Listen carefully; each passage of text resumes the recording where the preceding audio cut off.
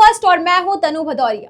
देश के प्रधानमंत्री नरेंद्र मोदी लगातार देशवासियों और प्रशासनिक तंत्र से एक बेहद महत्वपूर्ण अपील कर रहे हैं। ईंधन बचाइए, सरकारी खर्चों में कटौती कीजिए और जनता के संसाधनों का मितव्ययी उपयोग कीजिए।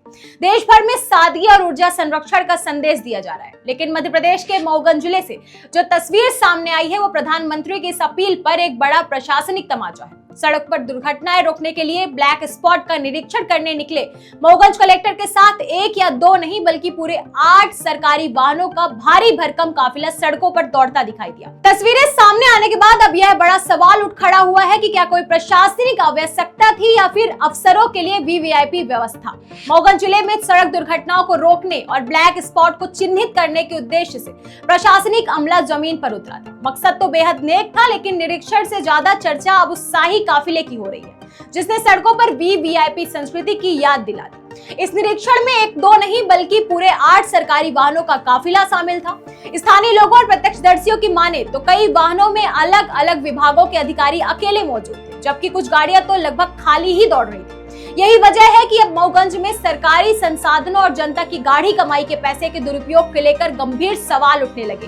एक तरफ केंद्र और राज्य सरकारें हर मंच से ऊर्जा संरक्षण और पर्यावरण बचाने का ढिंढोरा पीटती हैं। बाकायदा विभागों को बजट में कटौती और ईंधन के सीमित उपयोग के सख्त निर्देश दिए जाते हैं, लेकिन मऊगंज की इन तस्वीरों ने नीति और हकीकत के बीच के अंतर को बेनकाब कर दिया है। स्थानीय निवासियों का कहना है कि यदि सभी अधिकारियों को एक ही जगह पर एक ही समय पर निरीक्षण के लिए जाना था तो अलग अलग 8 गाड़ियां दौड़ाने की क्या जरूरत थी। क्या 2 या 3 बड़ी गाड़ियों में ये सभी अधिकारी बैठकर नहीं जा सकते थे?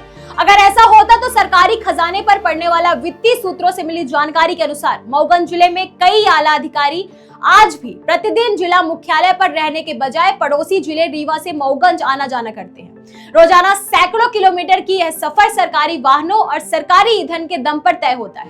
ऐसे में ब्लैक स्पॉट निरीक्षण के दौरान 8 वाहनों के इस प्रदर्शन के जनता के मन में आक्रोश और सवाल दोनों खड़े कर दिए हैं। जनता जानना चाहती है कि क्या मऊगंज प्रशासन के पास संसाधनों के बेहतर प्रबंधन की कोई समझ नहीं है। बेसिकली हम सारे अधिकारी हैं जो कि इस सड़क सुरक्षा समिति के मेंबर हैं, क्योंकि हमें बहुत ज्यादा जगह स्पॉट का इंस्पेक्शन करना है और बहुत सारे अधिकारी हैं, इसलिए सब अलग अलग जगह से आए हैं, तो सब अलग अलग गाड़ियों में जा रहे हैं। मध्य प्रदेश की तमाम ऐसी ही प्रशासनिक और जमीनी खबरों को देखने के लिए हमारे चैनल को सब्सक्राइब करें, लाइक करें और शेयर करें। मऊगंज से लवकेश सिंह की रिपोर्ट। धन्यवाद।